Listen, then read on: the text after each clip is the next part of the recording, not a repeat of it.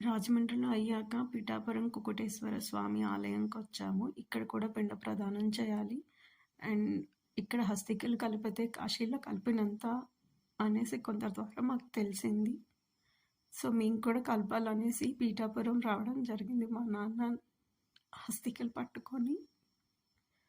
But మా లైఫ్లో మా నాన్నగారికి మేము ఇటువంటి చేయాల్సి వస్తుందని మేము ఏ రోజు అనుకోలేదు. మా నాన్న ఉన్నప్పుడు మాకు ఏ రోజు కష్టం కలిగించలేదు, ఆయన కష్టపడలేదు, హ్యాపీ అండ్ మంచిగా ఉండేవాళ్ళు. అలాగే మా నాన్న వెళ్ళినప్పుడు కూడా మాకు ఎటువంటి కష్టం కలిగించలేదు. ఏమైనా కష్టం వస్తే ఆయన భరించారు.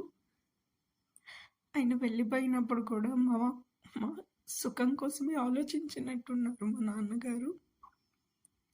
బట్ మా లైఫ్ మొత్తం చీకటి అయిపోయింది.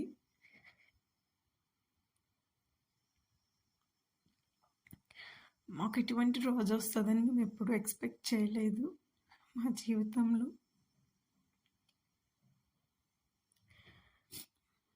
మా అన్నయ్య నేను మేమిద్దరం కూడా మా పేరెంట్స్ మీదే డిపెండ్ అయి ఉండేవాళ్ళమి. ఏ విషయమైనా మేము కష్టం మాకు అది కావాలి అని అనకముందే తేవటానికి ట్రై చేసేవాళ్ళు.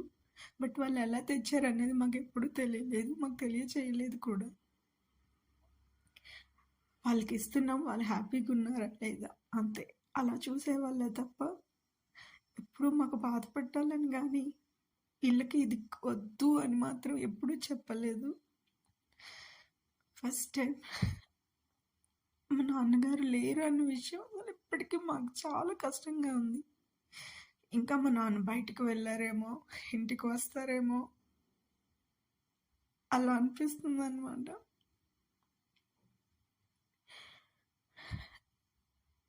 వాళ్ళ పిల్లలు, మా నాన్న పిల్లలుగా మేము ఉన్నందుకు ఆయన రుణం మేము ఎప్పుడు ఏ విధంగా తీర్చుకోవాలో మాకు తెలియట్లేదు.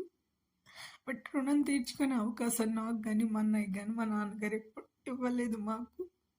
ఆయన ఉన్నప్పుడు ఇవ్వలేదు, ఆయన వెళ్ళినప్పుడు కూడా మాకు ఇవ్వకుండానే వెళ్ళిపోయారు. అక్కడ కూడా మా హ్యాపీనెస్ని చూసుకొని, బట్ నాన్న నువ్వు మాతోనే ఉంటావు, ఉండాలి కూడా, నువ్వు నాతోనే ఉంటావు, నా అన్నయ్యతో ఉంటావని నేను అనుకుంటున్నాను నాన్న. సో కుకుటేశ్వర ఆలయంలో పిండ ప్రదానం చేసి నేను పార్ట్ 2 కూడా పెడతాను.